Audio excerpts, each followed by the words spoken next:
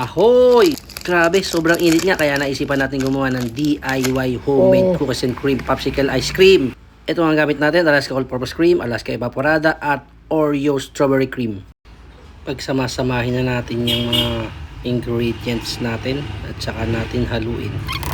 Pagkatapos niya ay pupukin natin ng ganito sa madurog na yung mga cookies. The next step is kupitin lang ang dulo at lagay na natin yung gatas. Kasyang-kasya lang yung popsicle. At pagkatapos niya, iwan lang natin siya sa freezer for 3 hours. At meron na tayong cookies and cream ice cream with strawberry. Tikpan natin.